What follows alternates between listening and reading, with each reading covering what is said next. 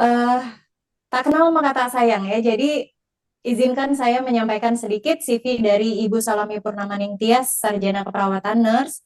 Beliau lulusan D3 dari Akper Depkes RI Malang tahun 2001, kemudian melanjutkan sarjana dan profesi lulus dari Universitas Binawan di tahun 2020. Untuk pengalaman profesi beliau adalah dimulai dari sebagai perawat primer Red Carpet Service di instalasi pelayanan terpadu onkologi radiasi sejak 2010 sampai dengan 2022. Untuk menghemat waktu, tak kenal kami maka langsung sayang ya. Jadi, untuk Ibu Salami Purnamaning Tias, 35 menit untuk menyampaikan materi, kemudian kita lanjutkan 10 menit untuk tanya jawab. Silakan.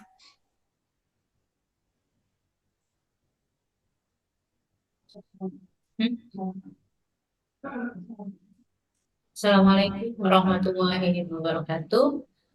Perkenalkan, nama saya Salami Purnamaning Tias. Biasanya sih di radioterapi dipanggilnya Suster Naning. Di situ saya berdinas di situ saya berdinas di ruang pekat yang dulunya radioterapi, yang dulunya RCS. Dari keperawatan Sekarang onkologi kita radiasi. biasa manggilnya pekat, yaitu pusat kanker terpadu. Nah, di sana saya sebagai perawat, di sini saya akan menjelaskan, sharing, belajar bersama tentang mukositis oral. Karena mukositis oral itu banyak terjadi pada pasien dengan radiasi maupun pasien dengan kemoradiasi. Nah, saat ini saya akan membahas pasien dengan kemoradiasi, yaitu terutama dengan pasien eh, kanker di kepala leher. Yang pertama, insiden kanker kepala leher sekitar 50% dari kasus kanker di sini. Terus sekitar 90% pada usia di atas 45 tahun. Kanker kepala leher itu rongga mulut, dari rongga mulut, terus ke faring, ke belakang, sampai laring, faring, kelenjar, trachea, sampai esofagus. Di mana di tempat di situ itu adalah saluran pencernaan, di situ untuk tempat makan, sehingga banyak terjadi mukositis oral. Tapi itu terjadi untuk pengorbanan kesembuhan dari kanker itu. Kalau kita nggak ngobatin kankernya, untuk kesembuhan, untuk mukositis itu nggak akan terjadi.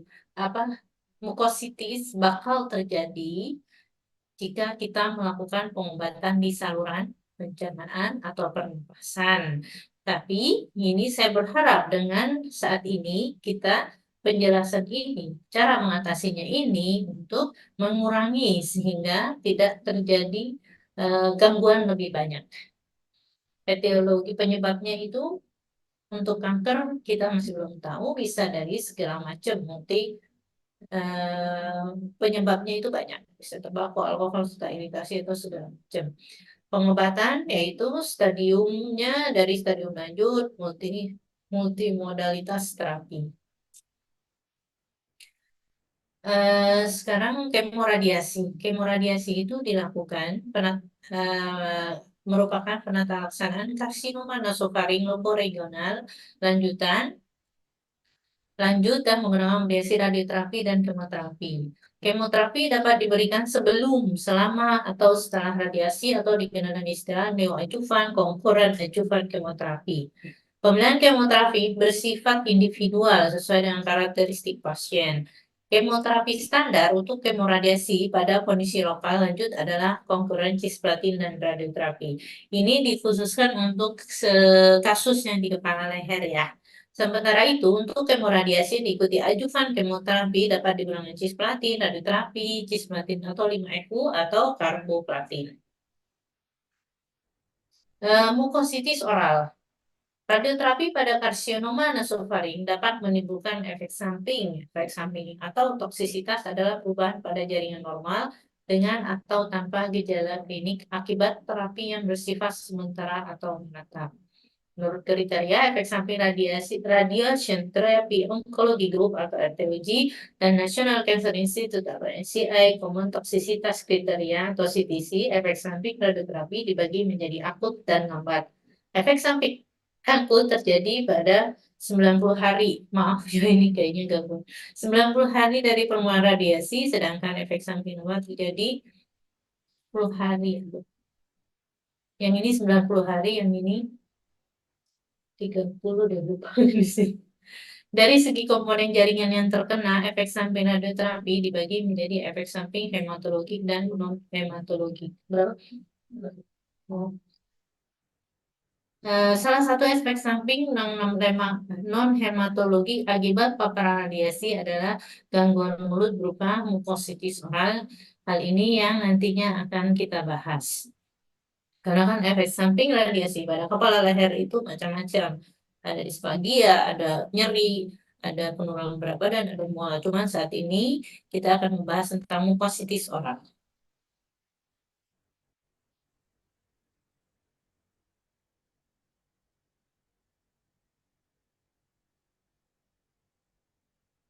Mukositis adalah peradangan dan potensi ulcerasi pada selaput lendir akibat pengobatan kanker baik kemoterapi maupun radiasi. Insiden mukositis dengan eh, levelnya level 1, 3, dan 4 mukositis parah.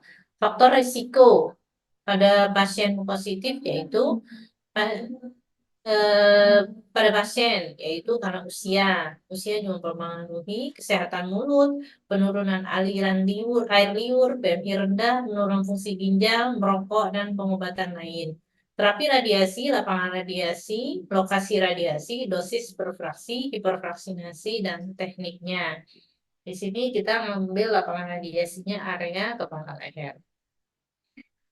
Untuk pengkajian pada pasien dengan mukositis oral yaitu pengkajian komprehensif bagi faktor resiko dari pasien ataupun terapi radiasinya, pemeriksaan fisik bagian bibir, lidah, rongga mulut, warna, kelembapan, adanya lesi atau infeksi. Pemeriksaan fungsional, kesulitan menelan, makan, dan berbicara.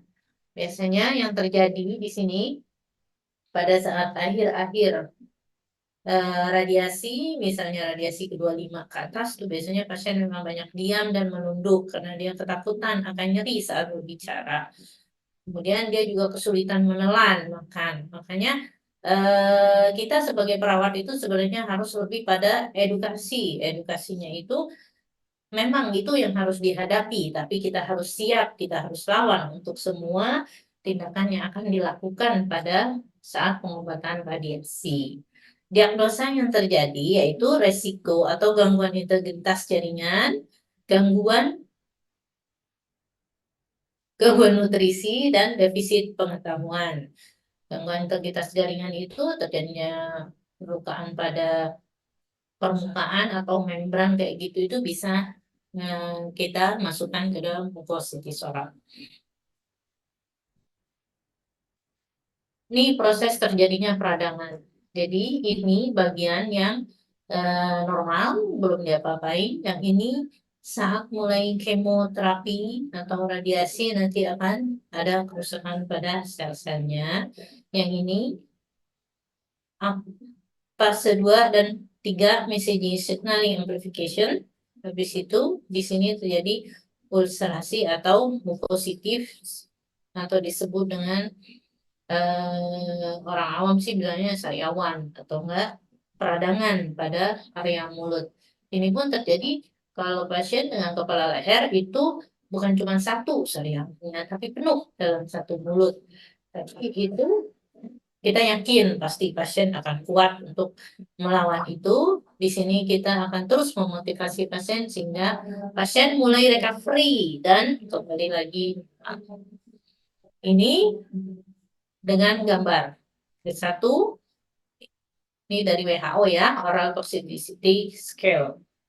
Nih, belum ada apa-apanya. Ini grade 2, sudah mulai ada bengkak, swelling, solid food. Habis itu ulcer with excessive erythema, nih sudah mulai banyak di sini. Grade 4 juga ada di lidah. Nah, kita sariawan satu aja udah nyeri banget, apalagi yang sudah penuh di lidah segala macam. Itu berarti sangat nyeri pada pasien. Itu yang harus kita motivasi untuk semua pasien. Yakinkan pasien kalau dia bisa melewati semuanya dan akan sembuh seperti semula.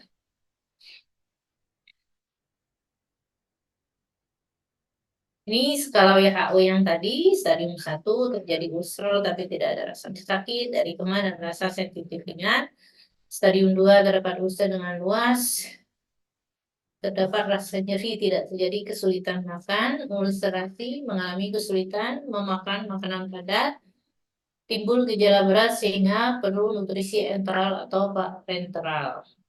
Mulai skala 3 hingga 4, ulkus tersebut dapat terkontaminasi bakteri, jamur, dan virus. Hal ini dapat menimbulkan terjadinya kandidiasis jika ulcer ditumpangi jamur Candida albicans.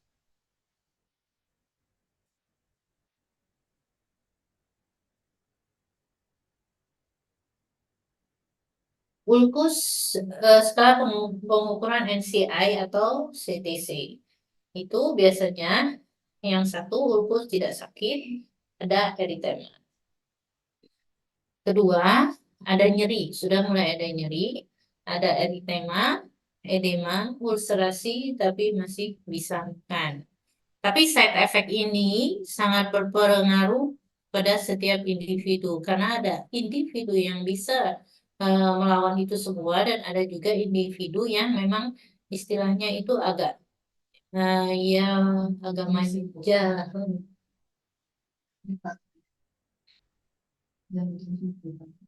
Terus ini semua terjadi tergantung dari bagaimana pasien itu untuk konsumsi makanan yang tinggi protein, tinggi kalori dengan jumlah sedikit tapi kalorinya tinggi dan proteinnya tinggi. Yang keempat yaitu diet parenteral atau enteral. Derajat mukositis oral pada banyak penelitian diasosiasikan dengan metode terapi karsinoma nasofaring. Terjadinya peningkatan mukositis oral sering dihubungkan dengan penggunaan radioterapi, hiperfraksinasi, dan kemoradiasi terutama konkuren radiasi. Nah, ini mukositis oral pada pasien dan penanganannya. Pencegahannya dapat dilakukan dengan perawatan mulut dan gigi sebelum tindakan radiasi. Itu biasanya kami di sini mengkonsultasikan pasien untuk perawatan mulut ke dokter gigi, dan gigi dibersihkan semuanya, cabut gigi yang rusak-rusak, habis itu dilapisi dengan pelapis di bagian gigi untuk mengurangi side effect pada area gigi. Kemudian konsul gizi klinik untuk kecukupan nutrisi. Biasanya nanti dari dokter gizi akan memberikan alternatif makanan-makanan mana yang terbaik untuk pasien. Misalnya yang sekarang sudah banyak untuk susu-susu yang tinggi kalori tetapi proteinnya tinggi tapi jumlahnya kecil. Jadi cuma berapa cc tapi situ udah kandungan kalorinya sudah cukup tinggi. Itu biasanya dianjurkan kepada pasien yang akan menjalani perawatan, menjalani pengobatan radiasi area kepala leher. Kenapa begitu? Karena di Indonesia ini pasiennya itu cukup semangat sehingga dengan susu seperti itu sampai akhir kadang ada yang hasil darahnya masih cukup bagus, padahal pengobatannya radiasi bersama dengan kemoterapi. Itu memang perjuangannya yang sangat kuat. Perawatan selama terapi. Pertama yaitu menjaga kesehatan atau kebersihan mulut dengan sikat gigi lembut dan mouthwash non-alkoholik. Jadi odol yang biasa kita pakai itu kalau bisa yang tanpa deterjen, karena yang ada deterjen juga menyebabkan perih saat sikat gigi. Terus menghindari makanan yang terlalu asam, dingin, panas, kasar, dan soft drink menggunakan antiseptik ringan. Maksudnya panas dingin itu jadi benar-benar makanan atau minuman yang masuk ke mulut agar tidak terjadi menambahnya peradangan, diberikan dengan suhu tubuh. Misalnya kalau yang di mulut ini agak hangat-hangat, bukan panas, itu ikutin dengan suasana yang ada di dalam mulut. Terus saat radiasi itu pun akan ada side effect pasien selain dia mukositis juga dia tidak ada rasa di mulutnya. Jadi memang harus dilawan untuk makanannya karena untuk recovery mukositis yaitu recovery yang pasien radiasi agar tidak menambah itunya antiseptiknya agar tidak menambah lukanya dilakukan penjagaan pada makan dengan protein tinggi. Menggunakan obat pelindung mukosa dengan sukralfat, vit A, vit C, beta karotin, dan glutin. Ini sikat giginya memang agak aneh, tapi ini lembut untuk pasien yang kalau yang bayi itu biasanya yang pakai jari itu biasanya lembut seperti ini sehingga mengurangi perlukaan pada gusi. Kemudian merangsang produksi liur dengan permen karet agar mulut tidak kering. Kalau bisa, pasiennya sih mengunyah permen karet itu untuk mengurangi kering pada mulut. Atau enggak, saya biasanya sih minta pasien untuk sering-sering lihat buah yang asam itu biasanya ada untuk apa ya memancing untuk produksi air liur. Perlindungan terhadap gigi dengan fluoride gel itu bisa nanti dibeli. Terus mengurangi sukrosa atau gula. Karena pada saat radiasi itu kan rasa sudah berkurang. Jadi untuk mengurangi gula, garam itu biasanya sih nggak terlalu. Yang penting hindari juga makanan yang tidak membuat pasien enak. Biasanya sih lebih gampang yang agak lunak teksturnya. Jadi kalau memang itu ya pakai kuah gitu aja. Terus ini yang terakhir sih pemberian obat resep dokter untuk mengurangi durasi dan tingkat keparahan. Di sini sih memang ada umur, obat segala macamnya itu bisa. Tapi untuk obat nyeri biasanya memang dibantu oleh dokter untuk obat yang minum sehingga pada saat yang akhir-akhir radiasi nyerinya sudah mulai tinggi itu bisa dibantu dengan obat yang mengurangi analgetik. Tapi tetap harus konsul dokter karena analgetik itu ada yang mempengaruhi lambung dan ada juga yang membuat konstipasi. Selain itu, ini saya akan sedikit membahas tentang penelitian teman saya atas nama Ibu Yuliana pada tahun 2019.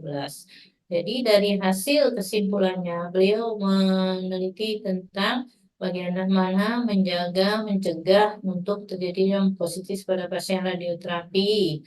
Karakteristik pasien kanker nasofaring yang menjalani terapi kemoradiasi di radioterapi sebagian besar berjenis kelamin laki-laki, status gizi kurus. Kepatuhan oral hygiene pada pasien kanker nasofaring yang menjalani terapi kemoradiasi departemen radioterapi, yakni cukup patuh.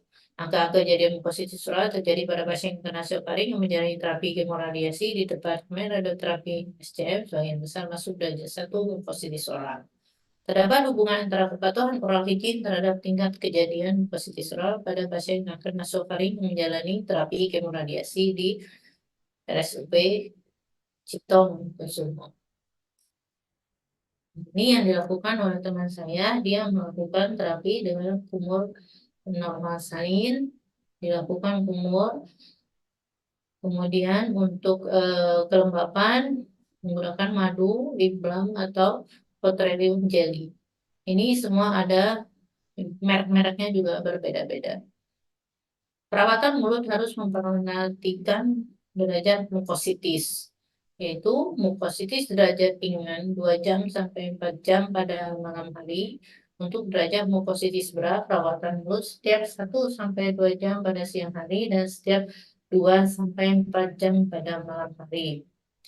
Pada siang hari, pasien juga rata-rata sih merasakan nyeri terutama di pasien dengan radiasi yang 25 ke atas, pasien sudah mulai diam, nyeri.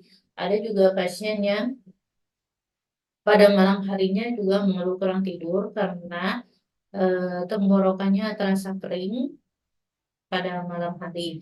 Itu biasanya tetap dilakukan setiap 2 jam sampai 4 jam pada malam hari untuk mengurangi kering pada mulut.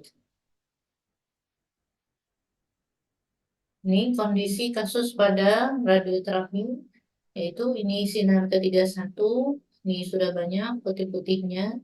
Ini nasofaring sinar ke-30, yang ini lidah sinar kontrol lidah 2 minggu pasca radiasi. Ini sinar ke-18, ini lidah post-op ya. Dan demikian presentasi dari saya. Kami ingatkan juga untuk seluruh pasien, tetap semangat. Pasien semua di sini adalah pasien hebat, pasien yang bisa menyelesaikan semuanya dengan baik, dan pasien ini akan berusaha untuk sembuh, dan dia akan semangat terus sampai selesai. Kami di sini sebagai perawat akan terus mendukung, akan terus memotivasi, akan terus membantu setiap keluhan. Recording stopped. Terima kasih atas perhatiannya. Kami tunggu jika ada pertanyaan ataupun bisa email ke sini. Wassalamualaikum warahmatullahi wabarakatuh. Waalaikumsalam warahmatullahi wabarakatuh. Terima kasih untuk Ibu Salami atau yang dikenal dengan Suster Naning. Jadi kalau kita bertanya mau ketemu Bu Salami nggak ada yang kenal, tapi kalau kita nanya mau ketemu sama Bu Naning, oh semuanya tahu. Enggak. Ya, ya untuk rekan-rekan perawat, rekan-rekan sejawat keperawatan yang ingin bertanya kepada Suster Naning mengenai materi yang berjudul perawatan mukositis, boleh raise hand maupun mengetik di kolom chat. Kita masih ada waktu 10 menit untuk tanya jawab. Mumpung masih ada pembicaranya, materinya juga Recording in bagus. progress. Dan ini kejadiannya cukup banyak ya sebetulnya ya di onkologi radiasi ya. Untuk khusus Terutama pada leher pasti akan terjadi. ya Recording pasti stopped. ada. Pasti Cuman ada. mungkin grade-nya yang Recording in berbeda ya, progress. Nurse ya. Grade-nya yang berbeda, terus respon dari pasien sendiri. Ada yang memang angka nyerinya itu dia bisa menghadapi semuanya, Oh dan ya. juga yang dia dicoel dikit aja udah nyeri banget. Sama perawatan juga emang harus nyeri. Ya, betul. Jadi sesuai tadi yang dipaparkan mengenai penelitian tahun 2019, jadi memang ada hubungan antara kepatuhan pasien dalam melakukan oral hygiene dengan tingkat keparahan dari si mukositis itu ya. Jadi makin patuh pasiennya terhadap edukasi yang dilakukan oleh perawat, maka grade terjadinya mukositisnya itu semakin rendah ya. Insya Allah. Insya Allah ya, betul. Karena kita nggak bisa mantau ya, Nggak Nursia, bisa apakah mantau benar kan di rumah dia bagaimana sih? melakukan Nggak itu tahu ya. ya. Sama nutrisi juga.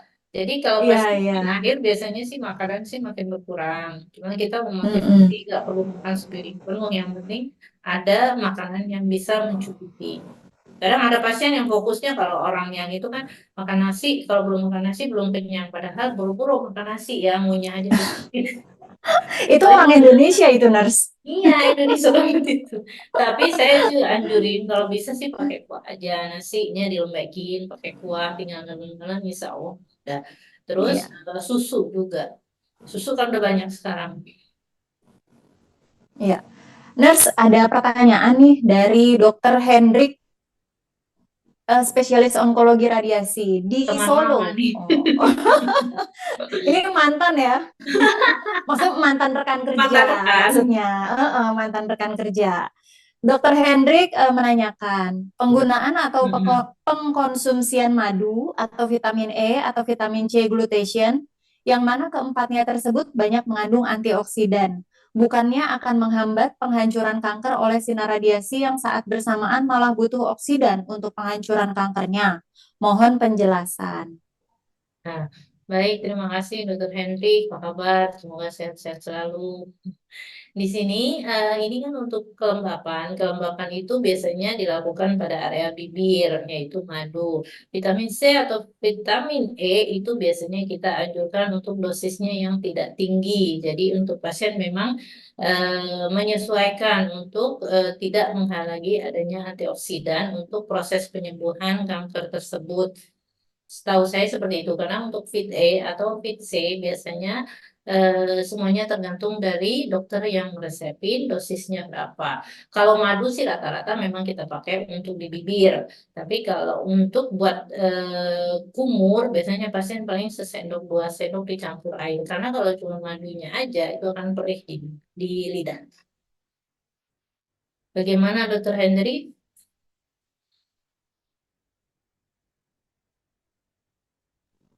Jadi penggunaan madu atau vitamin E, vitamin C, walaupun sebetulnya bertolak belakang dengan pengobatan kanker, namun untuk kasus yang seperti ini diperbolehkan asal sesuai dengan rekomendasi Dosisnya dokter. sesuai, karena vitamin C Oh, itu kan dosisnya macam-macam, ada yang 100, ya. 100, ada yang 1000. Itu Mm-mm. kalau 1000 kita nggak anjurkan, karena itu memang karena menghalangi. Tapi kalau untuk madu biasanya memang untuk menjaga kelembapan area bibir. Oke, Area terima bibir kasih, dan nurse. jalan juga. Ya, lanjut rekan-rekan keperawatan maupun non keperawatan nih, ternyata Dokter Hendrik juga jauh di sana ya, di Solo, ikut memantau untuk sesi keperawatan ini, luar biasa. Terima kasih Dokter Hendrik. Selanjutnya bagi rekan-rekan yang lain, apakah ada yang ingin bertanya langsung? Mungkin bisa raise hand, nanti dibukakan mic-nya ataupun melalui kolom chat.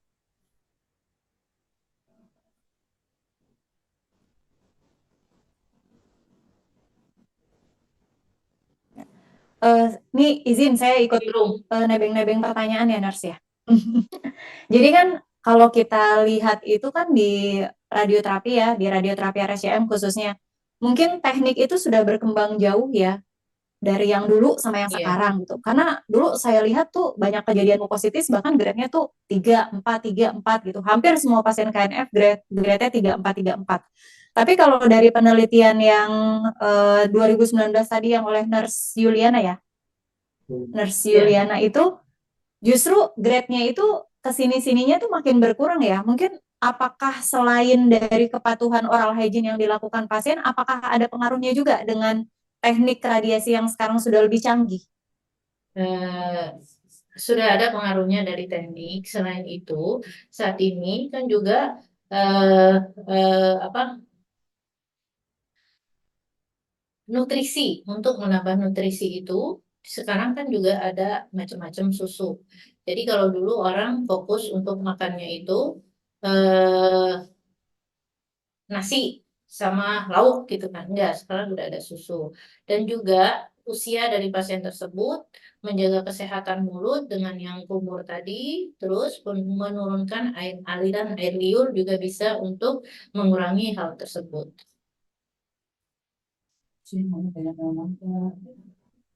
Untuk makanan-makanan itu sendiri yang kayak susu itu apakah bisa di-cover sama BPJS, Nurse?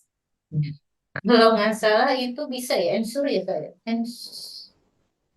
Kayaknya ada salah satu yang bisa, tapi dijatah seminggu cuma sekali kalau nggak salah. Oh, oke. Tapi Ya, daripada maka. kita bikin banyak-banyak, karena pasien kan bikin banyak-banyak tuh, daging, Mm-mm. ayam, semuanya di blender, sehingga pasiennya Mm. mau, ya mending beli susu sih menurut saya. Ya, Tapi jadi untuk kesehatan mulut tetap rekan-rekan, dijaga. ya, ya. Jadi untuk rekan-rekan keperawatan di seluruh Indonesia nggak usah khawatir gitu ya, karena sekarang Ya, tuh sudah banyak sekali produk-produk yang kita bisa rekomendasikan ke pasien gitu ya. Dan beberapa di antaranya sudah di-cover sama BPJS. Izin tergantung kemajuan. ada pertanyaan lagi yang masuk dari Suyanti Suyanti. Oh, ini orangnya ada dua, Suyanti Suyanti. Izin bertanya, untuk pasien yang mukositis berat, pada pasien mukositis yang intake nutrisi kurang dan pasien sulit sekali makan, apakah rekomendasi lain untuk pemenuhan nutrisinya agar kondisi tidak bertambah menurun? Oh, jadi yang ditanyakan pada pasien mukositis berat, ada rekomendasi lain nggak gitu Untuk untuk apa ya? pemenuhan nutrisi? Untuk apa caranya? Ini mungkin caranya. Oh, Biasanya iya sih kalau caranya ya. kalau kayak gini sih biasanya rata-rata sih kami harus merekomendasi. Kita lihat dulu ya klinisnya, yaitu isi darah, terus kondisi pasiennya. Kalau pasiennya memang sudah benar-benar kekurangan nutrisi, berarti kita anjurkan untuk pemasakan NGT. Dari NGT tersebut biasanya konsultan ke bagian gizi. Di bagian gizi nanti akan bagian gizi nanti akan dianjurkan untuk makanan-makanan yang cukup yang diberikan secara NGT. Biasanya sih berat badan kurang dari 10% dari berat badan biasanya, tergantung dari gimana pasien itu mengatasi apa yang dia hadapi sekarang. Tapi biasanya kalau dengan NGT, insya Allah sih teratasi sih. Yang penting dia kalau di sini kan BPJS juga konsumsi apa segala macam kan bisa. Itu biasanya bisa. Biasanya dia resepin juga sih dari belakang. Ya, jadi lagi-lagi tidak perlu khawatir karena banyak jalan menuju Roma gitu. Walaupun efek samping itu banyak di Efek samping tengah-tengah, banyak, tapi tetap tapi harus tapi dia kita tadi. pasti bisa menemukan berbagai cara untuk Ya, mengatasi efek samping itu gitu ya. yang penting cari suster naning. Enggak juga sih, di sini kita juga berusaha untuk bagaimana, karena pasien itu menghadapi penyakit ini aja udah lelah ya. Jadi Ya, kita berusaha untuk menghadapi apa yang dirasakan pasien, apa halangan dari pasien itu, kita mencoba untuk mencari jalan keluarnya sehingga pasien lebih baik. Itu aja. Jadi kita tetap terus bermotivasi. iya. Terima kasih Nurse Naning atas jawaban-jawabannya. Semoga para Mudah-mudahan cocok. rekan-rekan yang menanyakan sudah bisa terpuaskan atas jawaban Suster Naning. Amin. Jika tidak ada yang bertanya lagi, mungkin bisa kita tutup. Sebetulnya masih ada waktu ya, ini sekarang masih jam 15.05, masih ada 10 menit. Tapi karena sudah tidak ada yang bertanya, nanti yang ada kita malah ngobrol ya, Nurse ya. Ya, kalau tidak ada yang bertanya, izin saya simpulkan untuk materi mengenai perawatan mukositis. Jadi, mukositis ini adalah salah satu efek samping yang terjadi akibat terapi radiasi kanker kepala leher. Ini tidak bisa dihindari, namun bisa diminimalkan. Karena menurut WHO sendiri, ada 4 grade, dari mulai grade 1 sampai grade 4 tentang mukositis, yang mana untuk tata laksananya itu beda antara grade ringan dan grade berat. Nah, untuk derajat mukositis ini sendiri juga tergantung dari tingkat kepatuhan, salah satunya dalam melakukan oral hygiene. Kemudian kepatuhan diet, ya tadi ada beberapa jenis makanan yang harus dihindari. Kemudian kita juga sebagai perawat selain harus banyak melakukan edukasi dan tentunya melakukan monitoring evaluasi dari efek samping selama pasien itu menjalani terapi, dan juga kita harus berkolaborasi pemberian-pemberian mungkin obat-obat pelindung mukosa maupun pemasangan NGT yang tadi. Jadi itu semua akan menentukan keberlangsungan pasien dalam menyelesaikan radiasinya tanpa mengalami efek samping yang lebih berat pastinya. Ya, itu saja yang bisa saya sampaikan. Terima kasih Nurse Naning atas materinya dan sama-sama. jawaban-jawabannya. Untuk para peserta webinar kali ini juga saya ucapkan banyak terima kasih yang sudah setia menemani kita dari sesi 1, sesi 2, dan sesi 3. Izinkan saya Elenovilia pamit undur diri. Terima kasih sekali lagi. Wassalamualaikum warahmatullahi wabarakatuh. Selamat sore. Salam sehat dari RSCM. Waalaikumsalam warahmatullahi wabarakatuh.